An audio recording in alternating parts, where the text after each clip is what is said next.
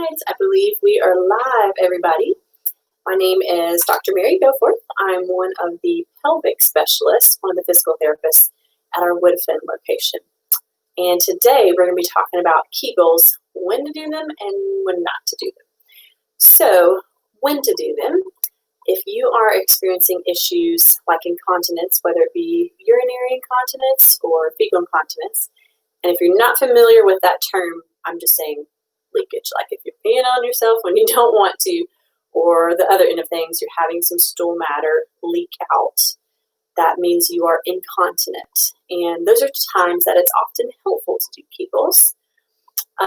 Other reasons for doing Kegels, more common, I would say, in women, from what I've seen, at least clinically, is if they're having some type of what they call prolapse. And that just means that some of the organs inside here, inside the pelvis, I'm going to show you the front view.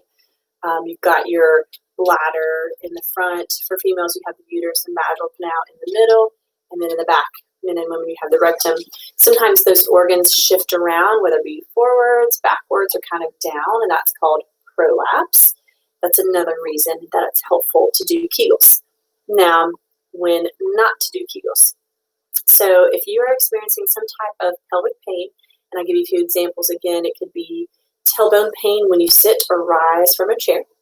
If you're having constipation, difficulty urinating, or painful intercourse. Those are some pretty typical times when, or scenarios when you don't necessarily want to do Kegels, at least before getting examined by someone like myself who is a pelvic specialist, a PT that specializes in those muscles that we just looked at. And I'm going to let you peek at those again in just a second. But the reason you don't want to necessarily do that is because you can make problems, like I just mentioned, worse. You could start having more tailbone pain, more pain with intercourse.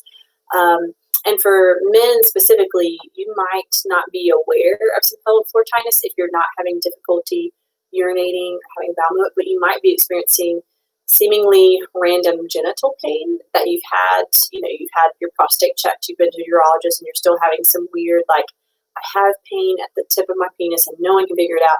It might actually be due to pelvic floor tightness. So go get checked out by a pelvic PT.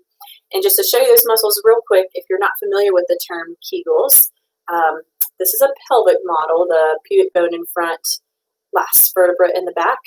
Those muscles inside that kind of make the circle, those are the main muscles that make up your pelvic floor. And those are the ones you're contracting when you're doing a Kegel. You might experience how to engage these muscles if you're trying to cut off the flow of urine. That's doing a Kegel, contracting those muscles. So there you go, guys. Hope that was helpful, and we will see you next time.